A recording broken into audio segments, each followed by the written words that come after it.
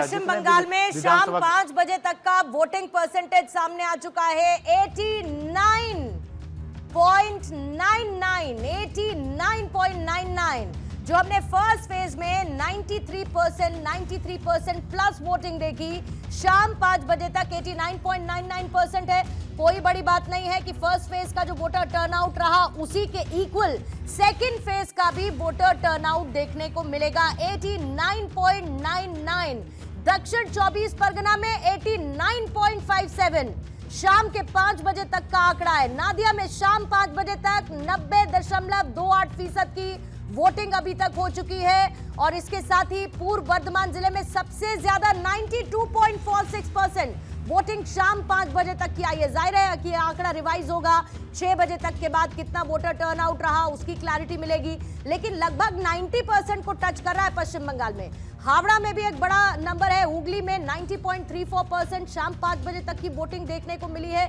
पूर्व वर्धमान में सबसे ज्यादा अभी तक 92.34% वोटिंग देखने को मिली है। ये दूसरा और अंतिम चरण है और क्योंकि 5:36 हो चुके हैं, 6 बजे तक वोटिंग होगी और उसके बाद जो लोग कतार में लगे हैं वो अपने मताधिकार का इस्तेमाल करेंगे। लेकिन 89.99% पश्चिम बंगाल में शाम 5 बजे तक की वोटिंग है। धनंजय, अपनी बात को जल्दी से पूरा कीजिएगा, फिर उसके बाद कौशिक साहब, अनुराग जी आपके पास आते हैं।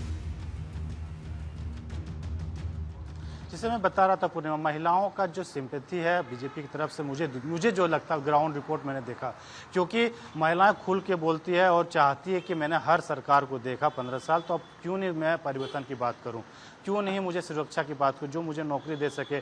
1500 में घर नहीं चल जाएगा, कोई पार्टियां पैसा देने से घर नहीं चल जाएगा, हम नौकरी मिलेगी, सुरक्षा मिलेगी, तो हम खुद काम करके काम करें। बंगाल की जनता काम करने में भरोसा करती, तमाम महिलाएं, चाहे मैं फर्स्ट फेज की बात करूँ, दूसरे फेज की बात को पूर्ण, तमाम फेजों में महिलाओं से ज़्यादातर मैंने इंटरेक्ट किया, बातचीत किया। सब महिला बढ़ चढ़ कर एक अलग सी एक जोश के साथ मतदान करने के लिए पहुंची थी और जहां पे महिलाएं करवट लेती है उसकी सरकार बन जाती है। इस बार भी वही देखने को मिल भी रहा है, क्योंकि देखिए ये शहरी क्षेत्र में महिलाएं बढ़ चढ़ के इन्होंने कहा, हाँ ममता बनर्जी जमीनी से जुड़ी हुई नेता है, उसकी तरफ भी क्योंकि बहुत मेहनत करके लेफ्ट को हरा के सरकार बनाई तो उसकी तरफ भी सिंपैथी। लेकिन इस बार जो मुहिम चढ़ाया है बीजेपी के द्वारा, चाहे तमाम नेताओं ने वो जो वादे किए हैं, जो कहा है कि एक सोनार बांग्ला हो, रोजगार हो, पैसे की 3000 देने की बात हो, तमाम सुरक्षा की बात हो, तमाम मुद्दे जो थे, भ्रष्टाचार, जो नौकरी 26 जो शिक्षा में जो टीचर की नौकरी थी वो लोगों को चली गई थी, मुद्दे को लेके सिक्योर नौकरी की बात, तमाम मुद्दे बीजेपी ने दिया था। उससे महिलाओं में एक अलग सा उत्साह, अलग सा जोश देखने को मिला है। बहरहाल महिलाएं, पुरुष से ज़्यादा तो मुझे महिलाएं वोट पे कतारबद्ध में देखी थी मतदान करते हुए। और कहा जाता है बंगाल में महिलाएं घर से निकल के सबसे पहले मतदान करते हैं, उसके बाद घर का काम करते हैं। वही सुबह से मुझे देखने को मिल रहा है। अब बहरहाल 6 बजे के बाद पता चल पाएगा महिलाओं ने कितना परसेंट किया, लेकिन महिलाएं बढ़ चढ़ के मतदान की है। और ये मतदान किसकी ओर गई है ये तो एग्जिट पोल में पता चलेगा, 4 तारीख को फाइनली पता चलेगा। लेकिन मुझे जो लगता है ये है बीजेपी की तरफ से, क्योंकि 15 साल किसके लिए एंटी इनकम्बेंसी है या अंडर करंट इधर है कि उधर है, किसके फेवर में किसके अगेंस्ट में, जाहिर बात है कि इसकी एक क्लैरिटी, और उसी क्लैरिटी के लिए, अनुमानित क्लैरिटी के लिए सुपर एग्जिट पोल हम सामने रखेंगे, जिसके आंकड़े अब से थोड़ी देर बाद आपके सामने होंगे। इस वक्त आपको जो दिख रही है टाली है, मेरे ऊपर पश्चिम बंगाल है, तमिलनाडु, इस तरफ पुडुचेरी, साथ ही आपको केरल की तस्वीर भी दिखेगी और वहीं दूसरी तरफ असम की तस्वीर भी आपको नजर आएगी। और ये आंकड़े लगातार जैसे जैसे बदलते हुए नजर आएंगे। अभी तो पिछले विधानसभा चुनाव की तस्वीर वहां पर है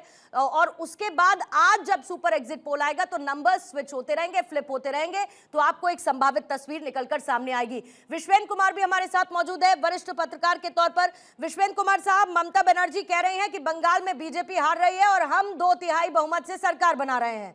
प्रधानमंत्री ये कह के गए हैं कि मुझे तो शपथ ग्रहण समारोह के लिए दोबारा से बंगाल में आना पड़ेगा। तो क्या लग रहा है आपको, क्या होने वाला है, खेला होबे, और किसके पक्ष में और किसके खिलाफ? देखो एंकर महोदय, टीएमसी की जो प्रमुख नेता है ममता बनर्जी बड़ी मेहनती है, संघर्ष करती है और वो आज से नहीं तब से संघर्ष करती आ रही हैं जब वो केवल 17 साल की थी, जिस समय उनके फादर एक्सपायर हुए थे। और उसके बाद फिर उन्होंने 22 साल की जो लड़की थी और जो आंदोलन हुआ था जयप्रकाश नारायण का, उस टाइम से संघर्ष करते करते यहाँ पहुँची है। तो उनकी जो उम्मीद है वो अच्छी है, लेकिन हालात अच्छे नहीं उनके पक्ष में, क्योंकि जो स्थितियां हैं वो परिवर्तन चाह रही है जनता बंगाल की।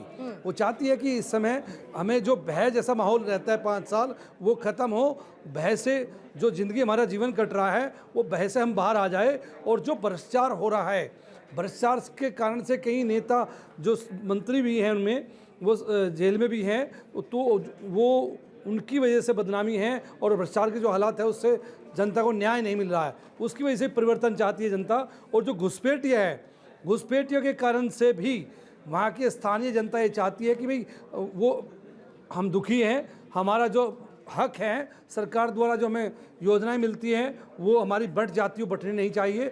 कल हमारी ज़मीन भी बटेगी और परसों हमारे साथ फिर झगड़े भी होंगे, जैसे बहुत सारे कारण बनते हैं और आप देखते भी हो। और बांग्लादेश में जो हुआ भी है और यह अन्य कई दुनिया के देशों में हो रहा है कि वे चाहते घुसपैठिया ना आए, तो इस कारण से भी परिवर्तन के आधार बनते हैं। तो इस संदेश खाली जैसी तस्वीर भी देश की जनता ने भी देखी और बंगाल की जनता ने देखी, तो वे चाहते हैं कि भाई ये स्थितियाँ ना हो और परिवर्तन आए।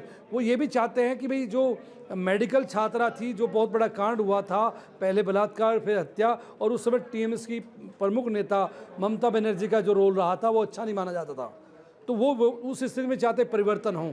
तो परिवर्तन चाहने के बहुत सारे कारण हैं और जो उम्मीद भी बन रही है। निस्संदेह टीएमसी की नेता संघर्ष करती हैं और उसके पास वोट बैंक भी अच्छा है और उसके समर्थक बहुत मजबूत और कट्टर हैं, इसमें कोई दो राय नहीं है। लेकिन परिवर्तन के बहुत सारे कारण बने हुए हैं जिस कारण से परिवर्तन होगा और जिससे उम्मीद कर रहे मोदी जी भी कि हाँ मैं शपथ ग्रहण समारोह में आऊँगा। तो और दूसरे भी कारण है, भारतीय जनता पार्टी का जो संगठन है वो जो काम करता है देश में 24 घंटे 7 दिन काम करता है, और उनके जो काम करने का तरीका है, दिल्ली की पूरी टीम पश्चिम बंगाल में गई हुई है, उत्तर प्रदेश की संगठन की पूरी टीम पश्चिम बंगाल गई हुई है।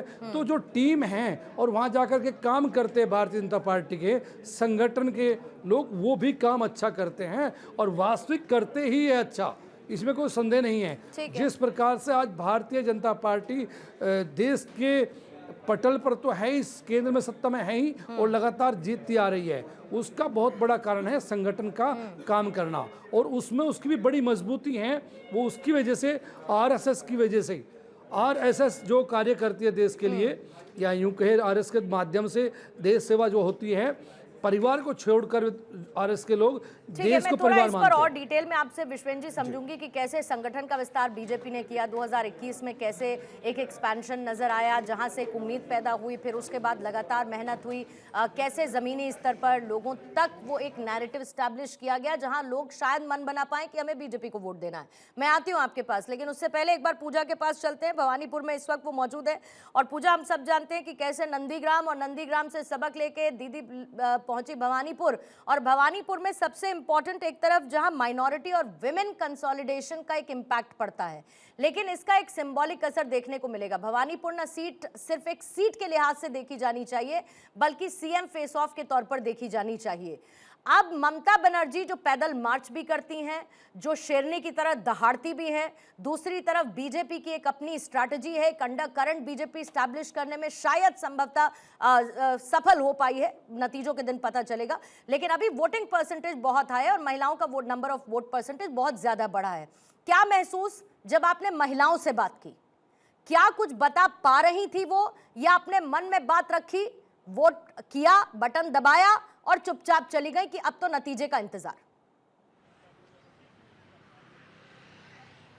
देखिए, जाहिर तौर पर ये कॉन्स्टिट्यूएंसी ऐसी है जो बड़ी निर्णायक भूमिका निभा रही है और बंगाल का भविष्य, राजनीतिक भविष्य क्या होगा, ये सीट तय करने वाली है। और यही वजह है कि एक तरफ बीजेपी के प्रत्याशी हैं और दूसरी तरफ ममता बनर्जी जो खुद सीएम फेस हैं, जो खुद मुख्यमंत्री भी हैं, पार्टी के प्रमुख भी हैं, और शुभेंदु अधिकारी ने पूरी कमान संभाली हुई है। आज दोनों की तरफ से ही हम कभी देखिए ममता बनर्जी को धरने पर बैठा हुआ देखते हैं, कभी शुभेंदु अधिकारी के जय श्री राम के नारों को हम सुनते हैं। इसके अलावा क्योंकि आपने महिला का जिक्र किया, किया।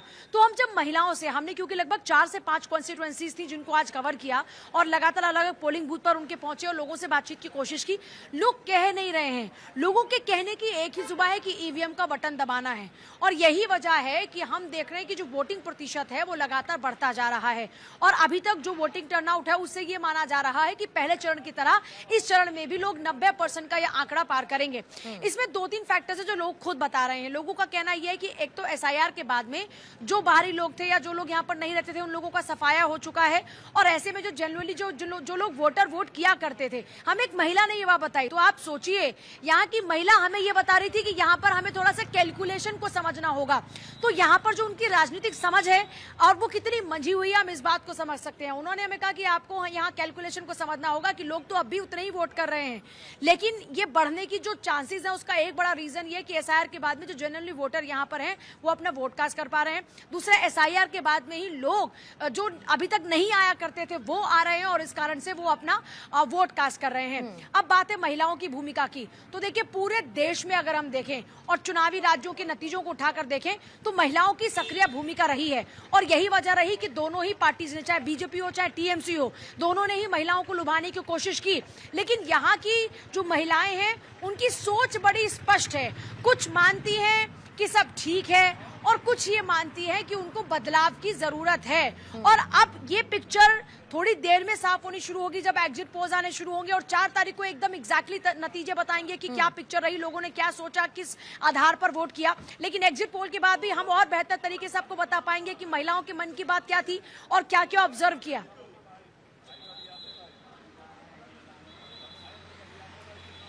ठीक है पूजा, मैं लौटती हूँ आपके पास। तमाम मेहमान हमारे साथ बने हुए हैं। 5:46 हो चुके हैं। 6 बजे तक होनी है वोटिंग, और 6 बजे के बाद महा एग्जिट पोल भारत 24 पर आपके सामने होगा। 5 राज्यों की अनुमानित तस्वीर आपके सामने रखेंगे। टाली के माध्यम से आंकड़े बदलते जाएंगे, तस्वीर बदलती जाएगी, सरकार अनुमानित किसकी बनेगी इसकी भी क्लैरिटी मिलती जाएगी। लेकिन थोड़ा सा इंतजार करिए,